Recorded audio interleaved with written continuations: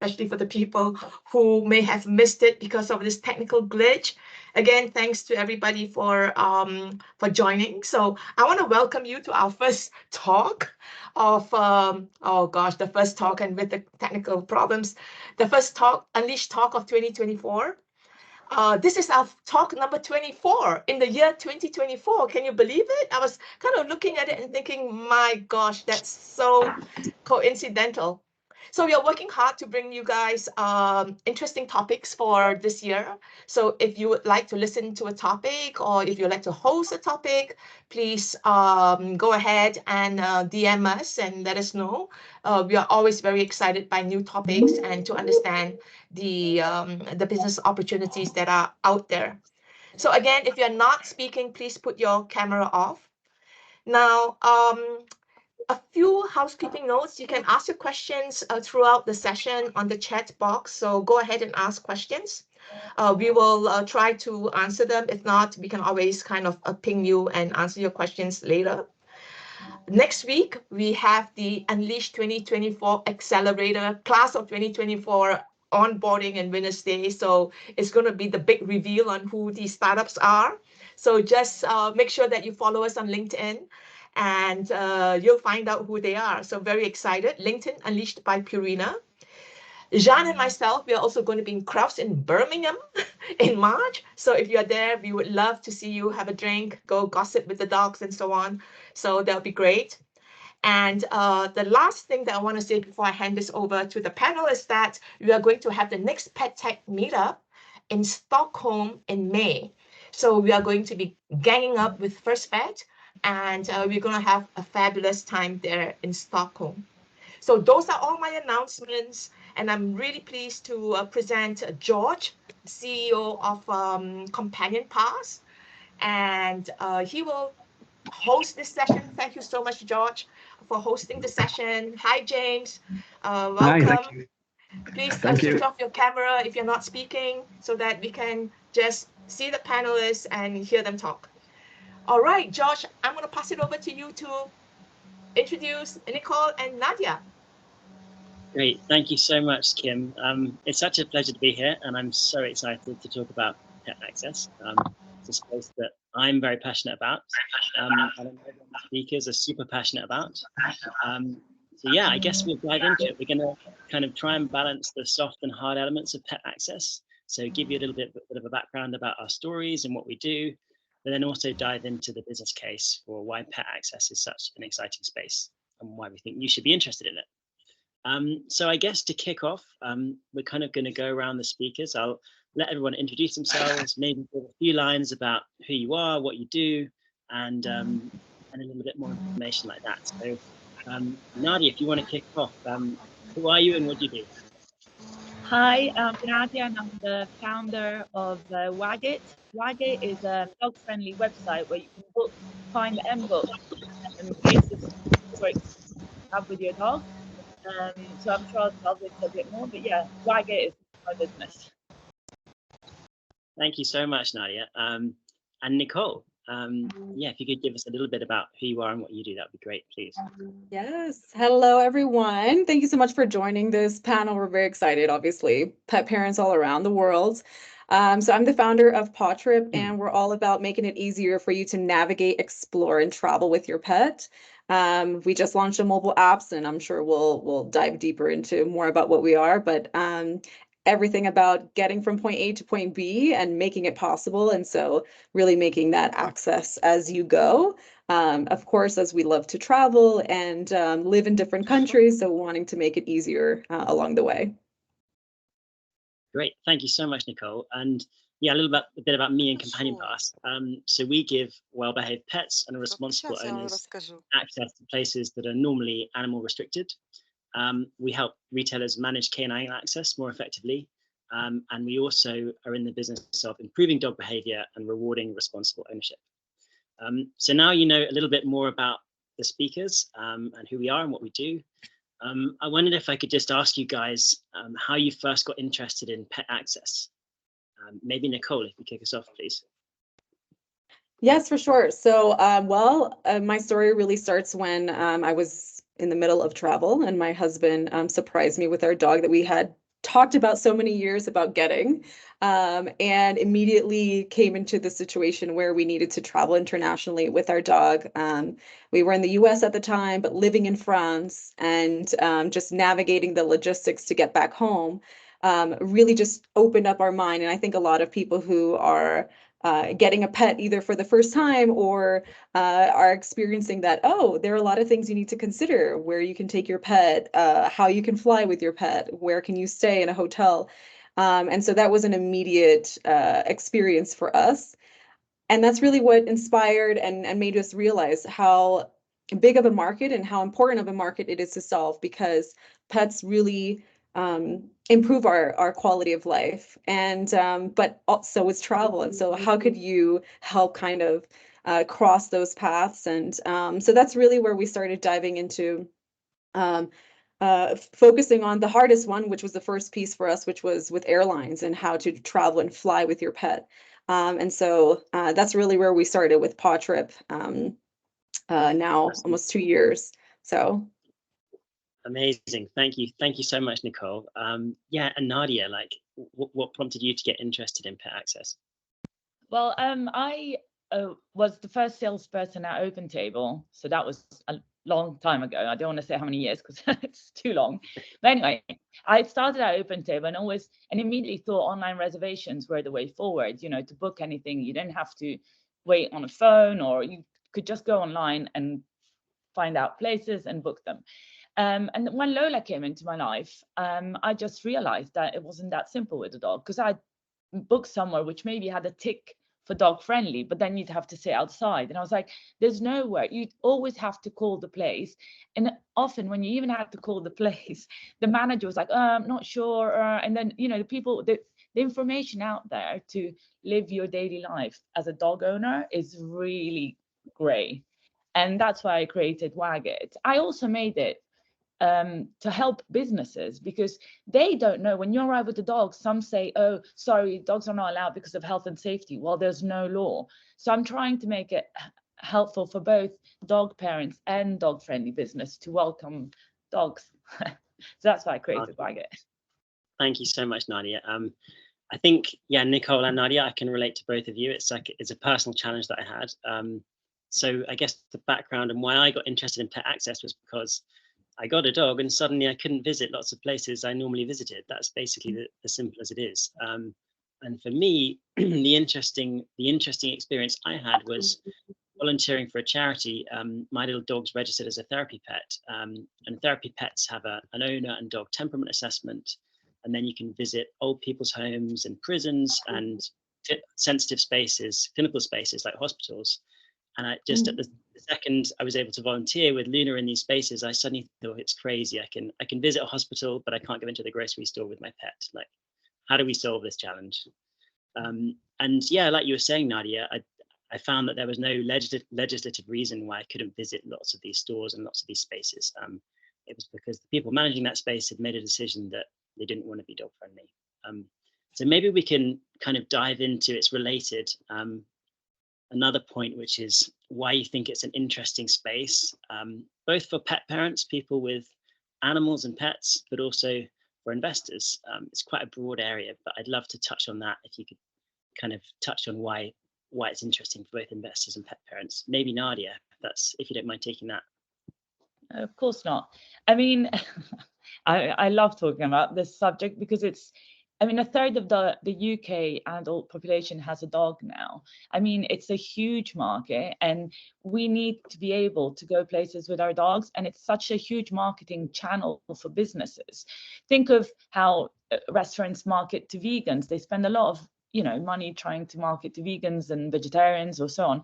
And they're completely overlooking the pet space in that sense. And that's something I think that it's really easy. It should be really easy to monetize on. Another factor, and if you look at Mumsnet, which is obviously a huge portal making millions and millions, been around for ages, but the other customer, a dog parent, outlives a parent, because a child doesn't have the same habits for all its life. Mumsnet, people go on it for only about 2-4 years, because then the child grows up and has different habits. Well, if you're a dog parent, for the life of the dog, you will stay loyal to a brand. So yeah, I mean, as a lifetime customer, a dog parent is really, really valuable. I think that's such an interesting point. And I mean, we'll dive into this a bit more later when we talk about, what your business models are and how we monetize this space. But just touching on why it's interesting as a space, I think you're completely right. From the research I've done, there's been a real spotlight, I guess, on the humanization of pets, and especially younger generations choosing to have a pet, a dog or a cat, rather maybe than have children. And now they have these proxy children. They want the same access rights as if they had their child with them. And a few statistics, like from some of the research I've done, is that 96% of people I spoke to found that the second they got a dog, they had to adjust their life and adjust their daily schedule. So it's massively, massively disruptive. You simply can't live life the same way.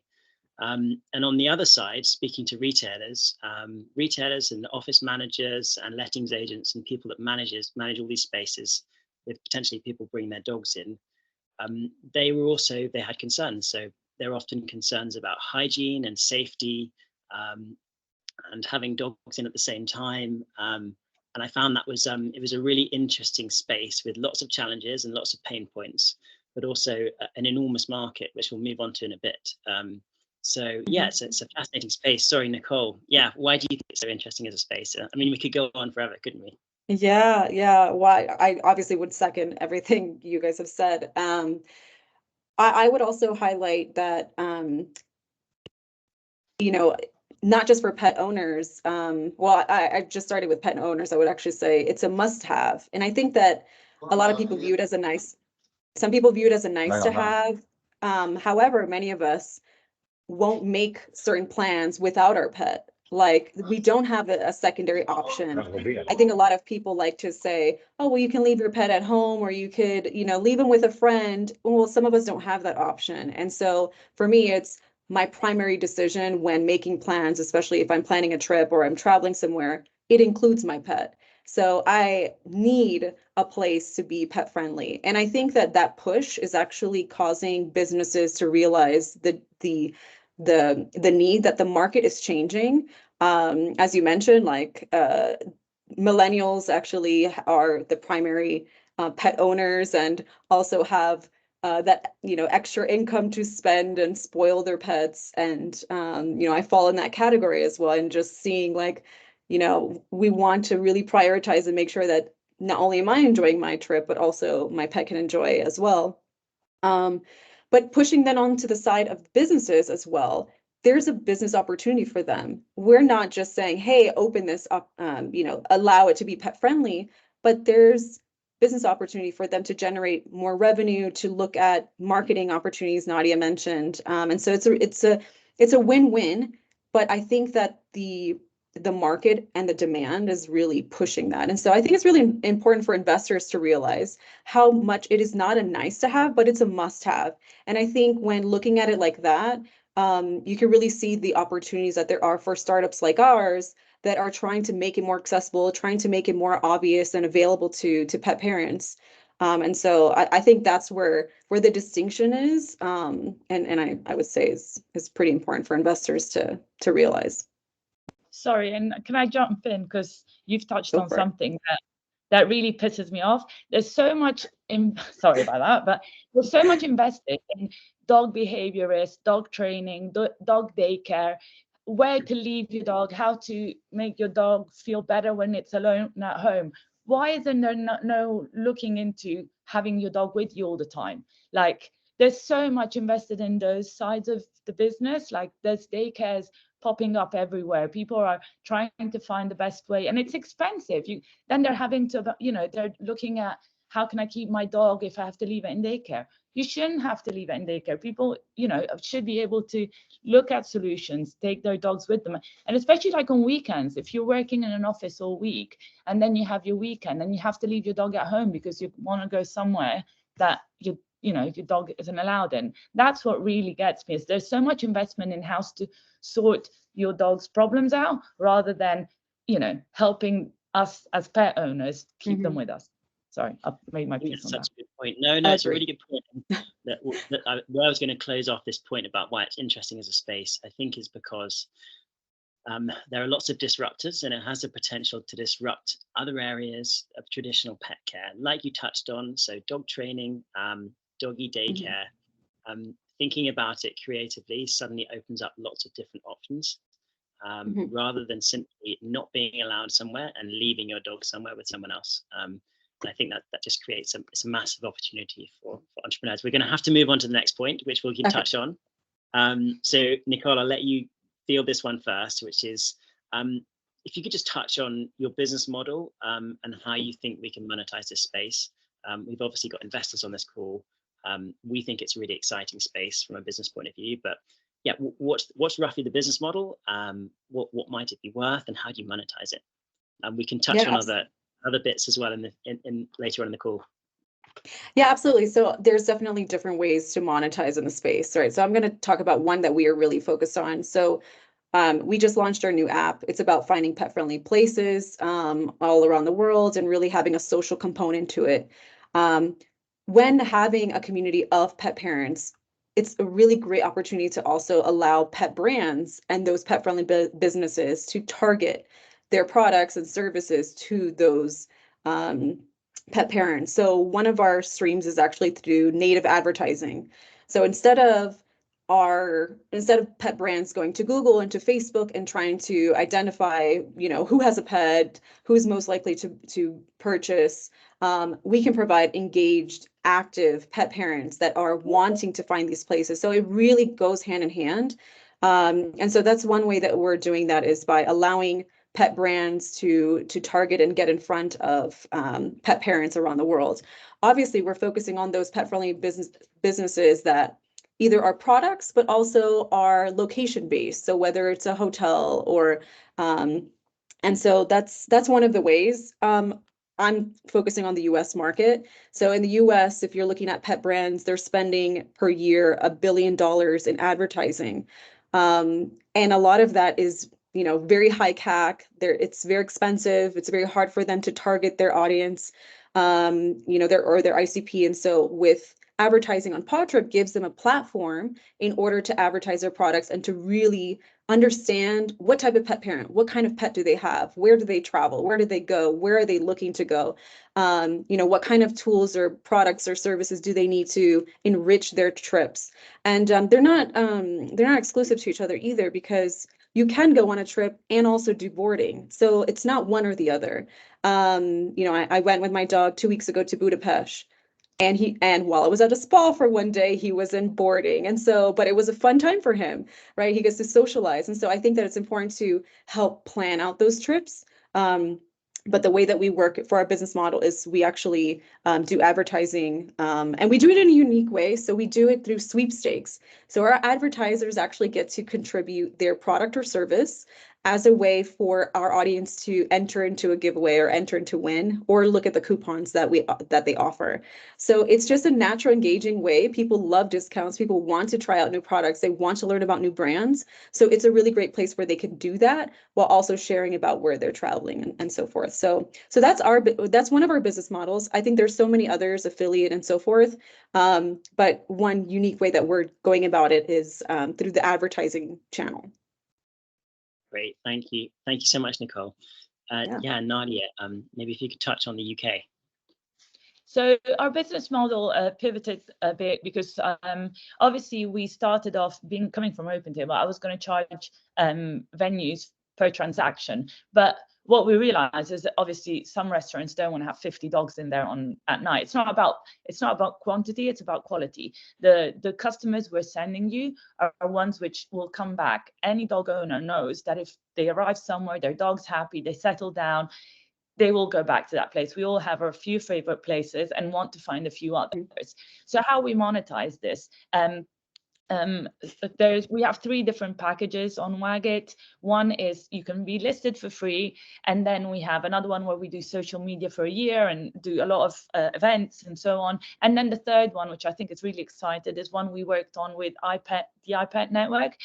We've done a dogs in hospitality course, which is a course for venues to train their staff to welcome on how to welcome dogs, because as I said at the beginning, it's sometimes they don't know what to do. If a dog barks, can they kick it out? Can they not? Can they allow dogs? So we do this course which really helps restaurants or bars or pubs for all their staff to understand what to do when a dog comes through the door. The other reason I think venues should use Wagit, or it's because sometimes they don't want to market. I find venues sometimes don't want to market to all their audience. We have a big chain of hotels that works with us, and they were like, we don't really like sending out emails saying we're dog friendly, because we see a drop off sometimes of people who don't like dogs, and then they get categorized as the smelly doggy hotel. While if they do the marketing through Wagit, they know we have an engaged, as Nicola said, an engaged audience that will be excited to hear about them. So that's the great channel we can monetize on with venues. Oh, thank you so much, Nadia.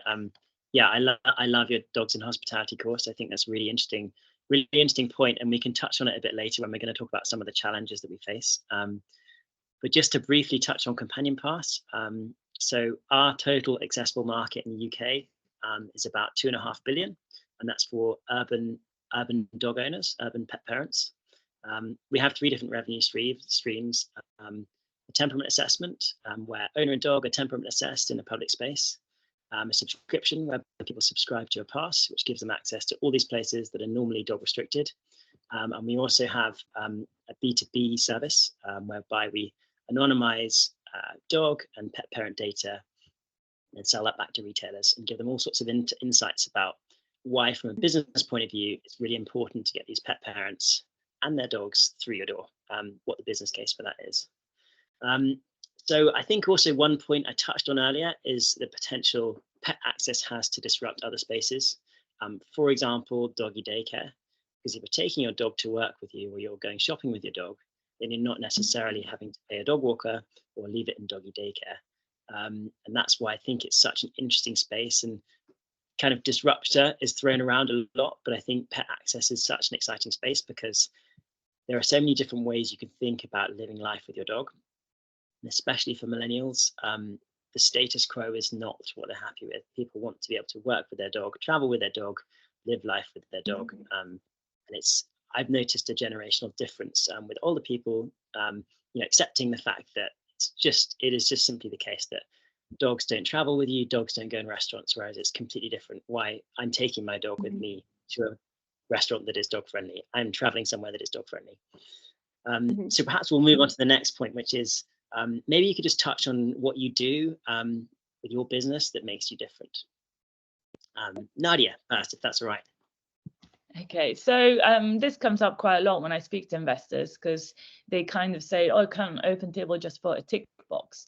But a tick box, if you're a dog parent and want to take your dog out, or any other pet you want to take out with you, you understand the challenge of that. A tick box doesn't let you know if you can sit inside or outside, if I don't know, if they allow only small dogs. There's so much. An example I always use is my brother has 3 children, and when we went somewhere, when he asked me to book a restaurant, I said, oh, don't worry, it's child friendly, and we arrived there and they didn't have anything, they just allowed children in. He goes, no, Nadia, you need child friendly, we need crayons, we need a high chair, we need this. And at that point I said, that's the same for us. We want to know whether they have treats, whether they have a doggy menu. So that's what Wagit does. It has all the information you need to be confident of your booking, and it enables the business to know that you're arriving with a dog. There's no other website allows that, and I think that's important, because we've all also experienced walking into somewhere with a dog and the manager rolling his eyes or going, oh, what we're going to do with this one. So that helps the restaurant know, and the venue know, that you'll be arriving with a dog, and they can put you in a nice table in the side, or ask people next to you if it's okay to be sat next. All these things that's making it much easier to live life, as you said, George, daily with a dog. That's what makes it different. Thank you so much, Nadia. Yeah, I think that's so interesting about retailers and people that manage spaces being aware of the traffic that's coming through their doors, and ultimately, if we need to stay close to our customers who pay the bills, that's what we should worry about. Sorry, Nicole. Yeah, I'd love to hear about you and Portrait and what makes you guys different. Yeah, absolutely. Well, so our app is very new. So one of the things that you'll see in the coming week with our app is the social element. So the fact, so how we really want to like create this circular ecosystem and environment is we actually leverage our pet parents to help identify if the place is pet friendly, right? So when they contribute back into our product, we reward them with treats. And those treats are then can be used to redeem and enter into those sweepstakes and to access those coupons. And so it really creates this kind of environment of, hey, we want to reward you. You're really contributing back to help other pet parents explore a pet friendly world. And our pet brands are leveraging our advertising opportunity to provide those sweepstakes, to provide those coupons. And so it's a really great way to make sure that we are creating a very highly engaged community, and doing it in a way that people feel incentivized and motivated and excited to engage, to contribute, and obviously to be rewarded. I know that, treats is something we want to give our pets. At the end of the day, like the treats are for the pets, but you get to accumulate your treat jar. And so that's one way that we're really thinking about how everything ties together in the app and making sure that everything's really connects for our pet brands to get in front of their audience. I mean, I'm a pet parent, but I also have a pet startup and I want to help support pet parents and I want to help support pet brands. So it just makes for a really great synergy and environment for that. And that's what we're really trying to create with Paw Trip. Thank you so much, Nicole. And I guess to answer the question myself, Companion Plus, what makes us different is we want to give retailers and people that manage spaces a third option rather than a binary yes or no. So from the retailers we've spoken to, yes is great, but some of them are worried about hygiene and the temperament of the dog and how responsible the owner is. And some of them don't allow dogs, but they're missing out on all these pet parents. So our strategy is to provide them with a different option, which is that you allow temperament assessed dogs into your space, and then you can be confident that the owner will be responsible, the dog will be safe and hygienic and well behaved. And you also give these pet parents a choice, because normally they're excluded from lots of places, and people will choose places that would not be their first choice because they allow dogs, because their first normal choice just simply doesn't allow them in. And I think there's definitely a middle ground to be had with pet access, and that's why it's so interesting as a space. So we've touched on this a little bit before, and I'm sure we could go on for a while with this point, but what challenges do you think we face in this space? And we'll try and kind of frame these as constructively as possible, because we're all super passionate about opening up the world to responsible owners and their pets, but there are lots of challenges and barriers, and if we could maybe touch on that for a second and perhaps how we could overcome them as well. Nadia. So the challenges, where to start? Well, first of all, I think one of the challenges is that we spoke a lot about Gen Zs. They're the ones who want to take their dogs out with them, and I think if I look at I always look at the maybe the early 2000s, dogs were allowed, started to be allowed in the house. They had better food. So and now in this generation, they're eating almost human food. They're allowed, they sleep on the bed. They come out. So I think it's this generation, and there aren't many investors, Gen Z investors. So that's one of our challenges as a business, I think, for all of us. Is I've pitched a lot of investors who say, I never take my dog out with me. And I'm like, well, with all due respect, they're not our target market. Our target market are Gen Zs. So I think that's one of the challenges for us as a business. For businesses, I think one of the challenges is that they don't know the rules. They don't know that. That's why the dog and hospitality course is so important. They don't know when to tell a dog owner to leave. They don't know when to let them in. There's so much. And also I think on the other side, which is something I want to do in future as well, is to also try more of dog etiquette, like teach owners not to leave their dogs off the lead. Try and work on that with the dog owner. But it is a very gray area, and I think that our three business, what we're trying to do more than anything is educate at the moment and try to make people understand we can all live together. Even if you don't like dogs, we can all live together. Just let us live our own life with our dog. I think that's one of the biggest challenges, is educating. But then I had the same, 20 years ago when I was working at Open Table. Restaurants didn't want to take online bookings. It was a huge challenge. They thought, people want to speak to me on the phone. It's just a generational education piece that we're trying to win. Thank you, That's the Nadia. challenge. Yeah, I think I've observed that it's something that's happening, whether retailers like it or not. And so do you miss out on this new cohort of customers, or do you keep up with it? And some of the challenges I've encountered, normally to do with owner and dog behavior. So can we trust these people? Are they going to be well behaved? And I think a lot of people, especially in the UK, adopted dogs during lockdown. They might not necessarily have had great socialization when they were first adopted, and then having them in public spaces can be a challenge if they're anxious or they're not socialized right. So there's work to be done with dog trainers, dog training tech, to improve standards of dog behavior and also owner behavior.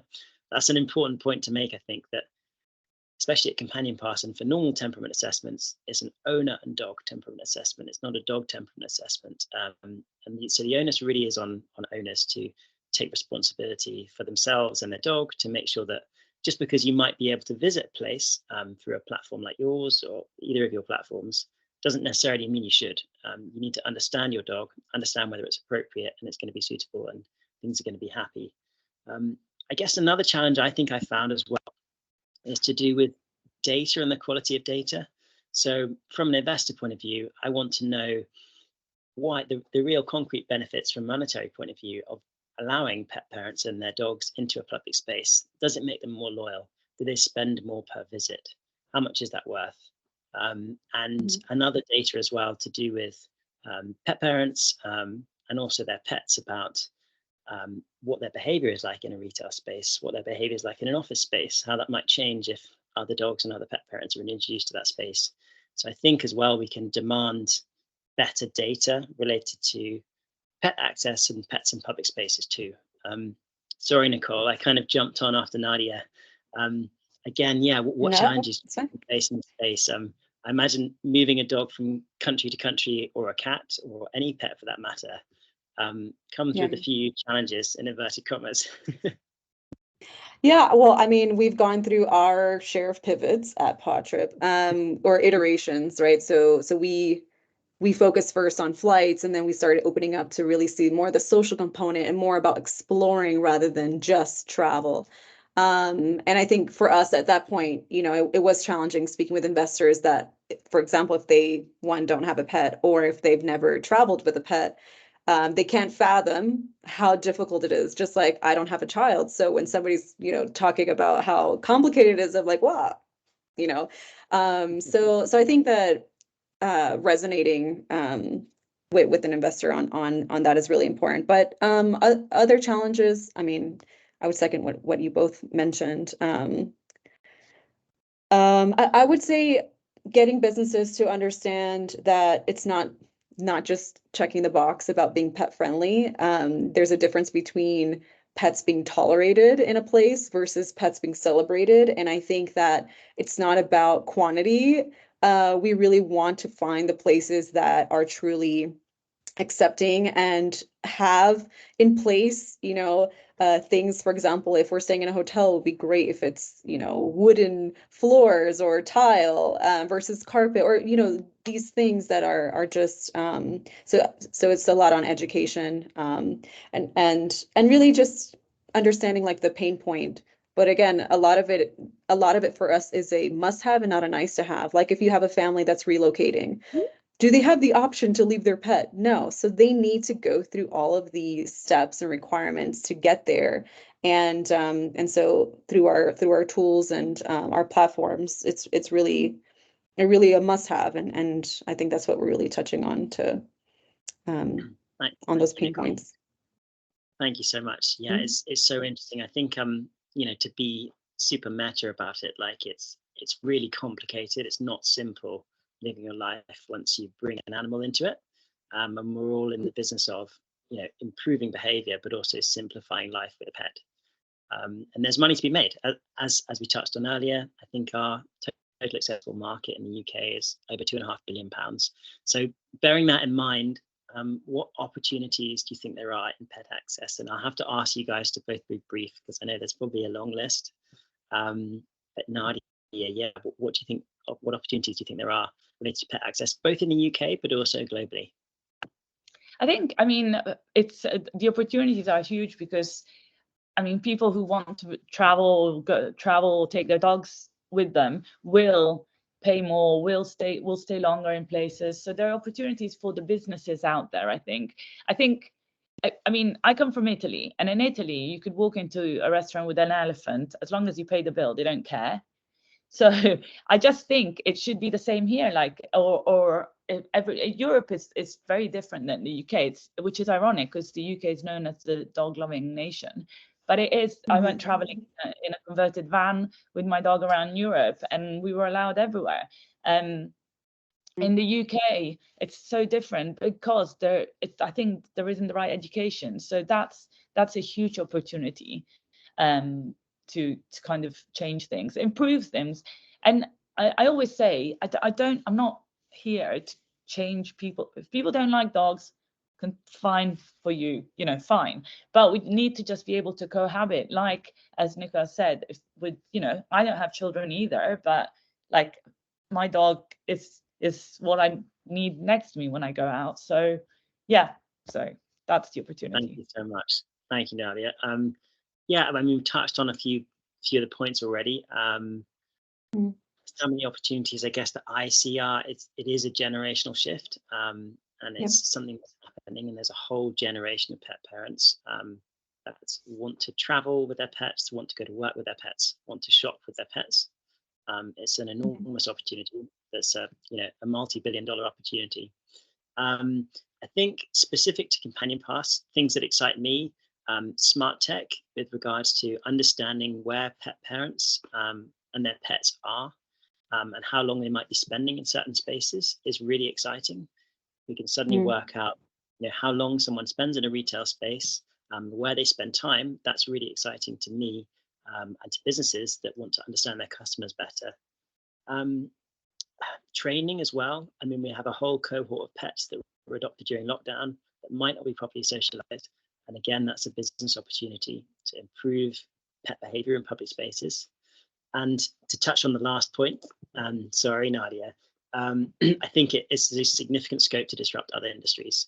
Suddenly, if you're taking your pet with you to different spaces, this will have an impact on other sectors like doggy daycare, etc. And sorry, I need to give Nicole a chance, but then we'll go straight to you, Nadia. Sorry, Nicole. Yeah, opportunities there are in pet access. Yeah, absolutely. Well, I mean, if we look at the market, people are getting more pets.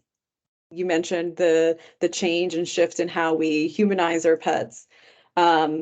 Every day there's new pet brands that pop up that are looking to meet the needs of whether it's, grade A food or new treats or toys or things like this, clothing, you name it. It's a huge business. It's a huge market. And so I think seeing the trends in growth just allows for an opportunity for us, especially with Podtrip and when it comes to advertising, is really leveraging even AI and how we can better target pet parents. So we're not doing hey, everyone, here's this product. No, it's more of, we now know more about you as a pet owner, and we think you're more likely to purchase this product from this pet brand that's advertising on Podtrip. And so I think there's a lot of opportunities in really connecting brands with pet parents. And I think that's a really great opportunity. And obviously you mentioned on data and just understanding like what are the behaviors, where do they go, where do they stay? On average, people who are traveling with their pets is around 6 times per year. And so whether it's a road trip, whether they're flying, and that's going to increase year over year. So really looking at the opportunity, I mean, it's billions of dollar industry. So it's already there. I think investors just haven't focused enough. I think they just focus more on, okay, pets, we get it, but how does it scale? And I think that's where our focus is, how scaling our products, our business model, where it makes sense to an investor. So I think there's tons of opportunity in just finding the right mix of product and business model and scalability. I think that with the right investor, you can make it happen. Thank you, Nicole. Nadia, you're bristling.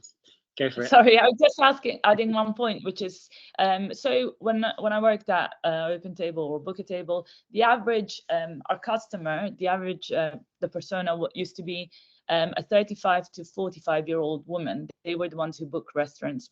Well, with Waggit, our customers are between 25 and 35, which really shows the difference in, just booking a restaurant or wanting to book a dog-friendly restaurant. We really are catering to that kind, the Gen Z generation. And I think that's a huge opportunity for anyone who wants to promote their business, especially actually, I think even companies which are doing pet food brands or pet supplements or so on, we have the target market they need to reach, because the Gen Zs are the ones who will be driving the market. Yeah, I think it's such an interesting point. Generationally, it's so interesting. I think I heard a statistic the other day, which is that the gaming market is worth more than film and music combined. And as someone that doesn't game myself, it's really hard for me to get my head around that. But that's the reality in the pet space, is that generations have different behaviors and approach pets differently. I think, as we touched on before, that's perhaps one of the challenges. And in some markets, the pet market is bigger than the baby space. Yeah, so communicating that, and I think sometimes we're probably a bit quiet or a bit modest about the potential of pet access in the pet space, but it is enormous. So we'll move on to another point. Thank you for bearing with us, all of you faithful listeners, and we really appreciate it. So one of the questions I was going to ask you both is, we'll start with you, Nadia. So what do you think success looks like in the pet access space? That might be for any number of stakeholders, but what do you think success looks like for Waggit? I think success looks, for me, it's in the next few years being able to have a clear understanding of place, to be able to have Waggit have a fully informed website with all the venues which are dog friendly, and have a real space that people can trust. I think that's my success, is that it looks like that pet parents will be able to trust the information that is online. That's what I look at it, and that businesses will be happy to understand welcoming dogs and see it as a really strong marketing channel for them, not just let's see, I'd like to have dogs through the door, but not quite sure how. I see it as a really strong marketing channel for businesses and a website that dog owners will trust. Thank you so much. I know you're both big pet access campaigners, so we've got to keep flying the flag. Nicole, what success for you guys? It can be on a really small level, on a global domination world stage. What do you think it looks like? All right, well, to be optimistic, ideally, if somebody's thinking to plan to go somewhere or to explore, that they would use Paw Trip, and but then on the other side, that we can help other pet businesses grow and scale and get in front of the right customers. That is what success would look like for us, and really just creating a place where people feel empowered to travel, empowered to explore, and to not feel boxed in when they get a pet, where they can feel like, what, I do want to take a trip, or I do want to go visit family somewhere, and be able to do that with ease and not feel like it's a burden. So that's really what success would look like for us. Oh, thank you so much, Nicole. And I guess it on my side for Companion Pass, it depends what hat I put on. Goes without saying that if you have an investor, a many times return on their investment. But for retailers that we give pet parents access to, it's ultimately to be more profitable, to be better spaces, both for pet parents and people that don't own pets. Having pets in public spaces can be a measurable force for good, and we want to help retailers ultimately be more profitable, but have more loyal customers and have more of them. For customers with a Companion Pass, is to open up the world to them, to suddenly make life easier for you as a responsible owner and your dog, which is well behaved, to access places that you never could access before. Might be going to work, and it might be managing dog access at work better. It might be traveling to another country, or it might be, you know, the local grocery store, which at the moment has a blanket ban on dogs in all of their stores. And I guess finally, like for dogs, you know, success in pet access looks like better socialized, healthier, happier dogs with a better relationship with their owners. And again, in a measurable way. So less anxious dogs, happier pet parents, and ultimately a better relationship there. So yeah, I think we've got one more point to cover. I appreciate there were some tech gremlins at the start. But the last point we're going to cover before going on to some questions, I think, is if you have your crystal ball, what does the future hold for pet access? Are there any spaces that you think, actually, you know what, that's super exciting from a pet access perspective? So yeah, what does the future hold for pet access? Nicole? Yeah, I think more digital and streamlined approaches to doing exactly the type of booking that we're wanting to do, right? To make it much easier across the board. I think that there's ways for us to connect with major providers, like by giving access to our APIs, or being able to connect where, let's say if somebody's starting on Google, or they're starting on Kayak, or they're starting, you know, wherever they're searching from, that they could still leverage the trusted data that we have compiled through our community and through our product. I think that there's ways for us to just make it more seamless. So that's how I would view it. Amazing. Thank you. Nadia? I think one of the reasons I also created Wagget was to do cross promotions. I'd love to do things like, I don't know, the restaurant does a lunchtime promotion and with the groomer next door, so you drop off the groomer, and you know, all these like making it really fun for businesses to work with Wagget, or do like promotions linked to training. So one of the things we did last year was do a lunchtime offer. So if you book through Wagget at quieter times in a restaurant, which is an ideal time to bring a dog who's stressed about going to the pub or a restaurant. That's one of the things actually I wanted to raise before, was the problem with the training is that owners have to do it at weekends because they're working. So one of the things we want to do is look at, if you're working from home, go for lunch, take your dog. We can help, you know, advise which restaurants and pubs will be quieter. So all this kind of cross promotion day-to-day life is what really excites me. Thank you so much. Thank you so much, Nadia. Yeah, I guess in terms of what I think is really exciting from a future point of view, that there's kind of three things. One is probably the increasing use of tech, whether that be AI, or it be, you know, hardware, smart hardware. There are lots of GPS tracking devices for pets, which suddenly make pet access and moving around with your pet quite exciting in terms of the data that the data you can harvest and what you can learn from that data. I think what the future might hold is probably a more nuanced approach to yes or no for dogs. I think it might be a question of, and that's the hope for us. You know, with a distinctive coat and ID, I've got one of our prototypes here. There's a more nuanced approach to yes or no. It's not just yes, we allow any dog, or no, we don't allow any dogs. It's a more reasonable approach to dog access. And I think the third one is probably simpler. You know, at the moment, I've traveled to Europe to pitch with my little whippet Luna, and it's not necessarily simple at the moment. It's highly fragmented. It's different in different countries, and there's a massive opportunity to simplify the whole thing. And I think customers are willing to pay for that. They absolutely would. So yeah, thank you so much, guys. I don't know if there are any questions in the chat. Maybe we can bring in Kim or Jean. Hi. Do you guys have any points for me? Thank you so much. It's been so exciting. My gosh, pet access is great for pets, very good for pet owners, good for businesses.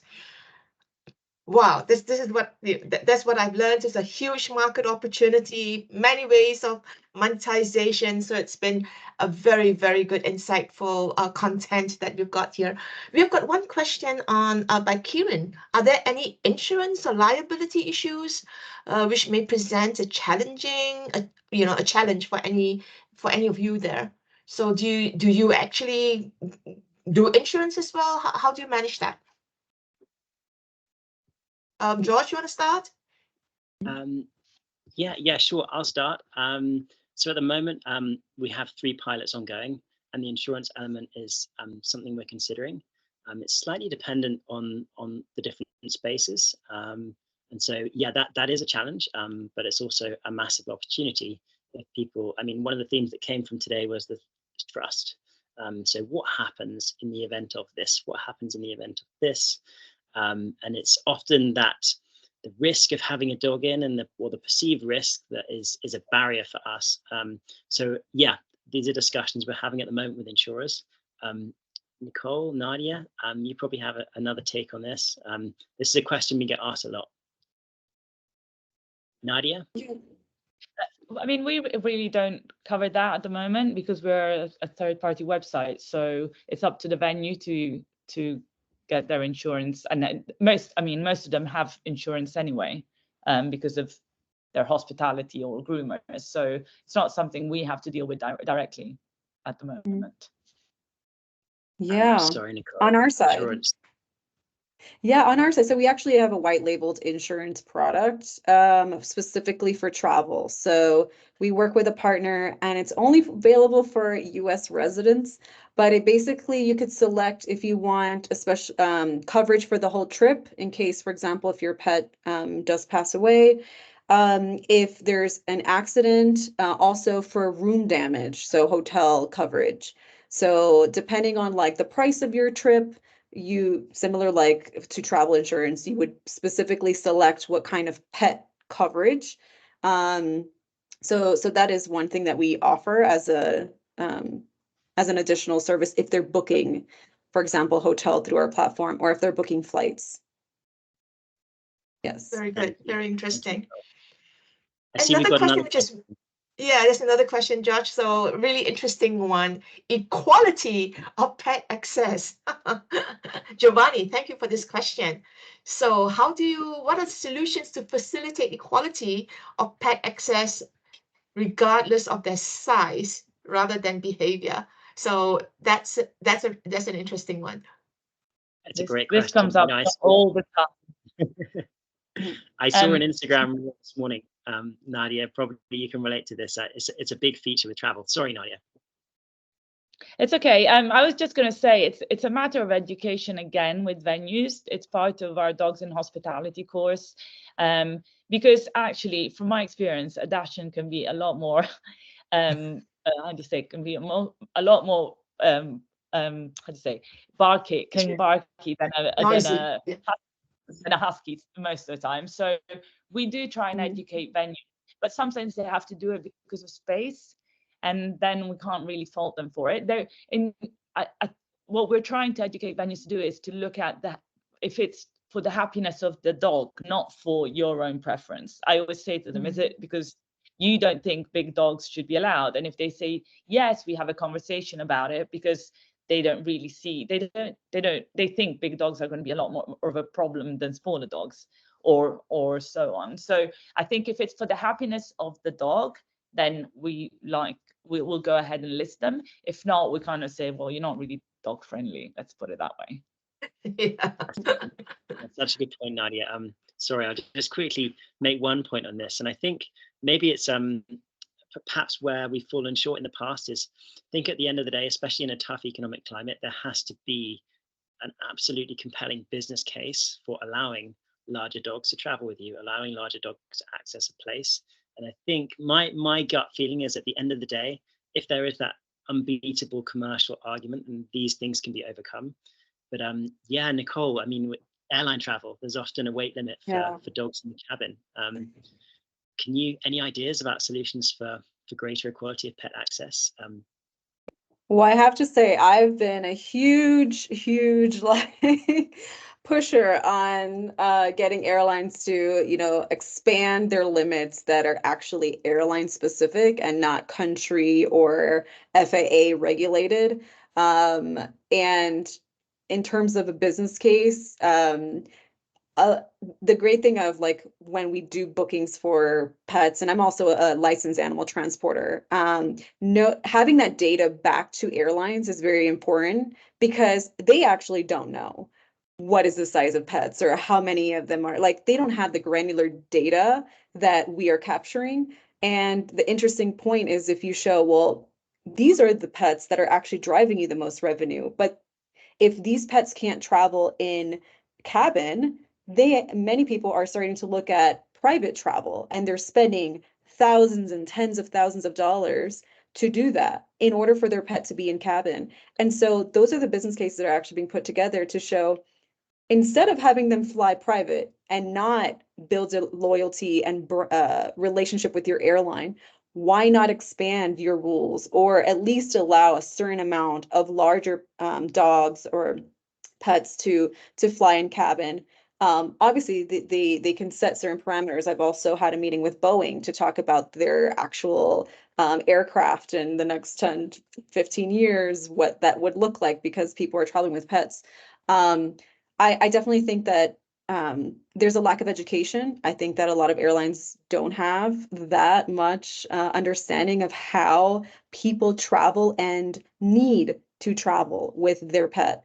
And so I think that trust me, I've met with probably more than 100 airlines one-on-one meetings to talk about how to really build out and make it more equitable across their pet program, but also in hotels. So part of what Nadia also does is and with Podtrip is really emphasizing where they're staying and what type of pet is allowed. And so community curated or also provided by the venue itself, but understanding, are pets allowed outside? Are they allowed inside? Is it only dogs or is it also cats? And so like different things, because actually in our product we have 80% dogs, but we also have 20% cats. You have people who travel with, go around with their cats, and so we don't want to leave them out either. So it's really to understand. I think that the data and the business cases, and I think that the push, I think all three of us are really advocating and pushing for it to become more equitable because,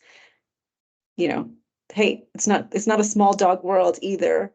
So we want to make sure that everyone can actually explore and really experience a pet-friendly world. And we're taking steps toward it, Giovanni. I think you make such a good point, Thanks. Nicole, just to touch on that, which is that, pet parents are willing to pay, like they're willing to pay extra to have their pet come with them. Absolutely. There's often extra charge. If you're staying in a hotel, if you're traveling with your Yep. pet, it's much more expensive, but that doesn't stop people. Like a high price tag doesn't stop pet parents. These are passionate pet parents that are more than willing to pay to travel and visit places Yes. with their dog. Thanks. Yeah, and Sorry, they're Kim. I have numbers behind it. Like the case study is very strong. So I think that airlines are starting to realize. So I see in the near future there will be more So Nicole, we'll need easier to travel. Sorry. we'll need to have another talk on this case study. I'm afraid this is all Yeah. we have time for. It's really exciting. It's really insightful. But thank you everybody for joining in spite of all the glitches, for which we apologize. We still had 120 people join the seminar, the webinar at our peak. I know that a lot of people had to leave because of other meetings, but thank you so much for staying. Thanks to speakers. Thank you, Josh, for such a fantastic hosting. And thank you, Nicole and Nadia, for all those, for sharing everything. So we'll see you again. And wait for our next talk. Our next talk will be in March. So we would have learned and practiced how to get people in. Thank you, guys. Wonderful. Thank Have you a so very much. good Thank you much, afternoon. everyone. Thank you. Bye. Thank you. Yeah. Bye. Thank you so Bye. much, Bye. Kim, and everyone as well. I mean, everyone behind the scenes as well. I know there's a lot of Purina people that help make it happen. So yeah, thank you, John. Thank you, Kim. Thank you. Not without considerable stress. Thank you. Thank you.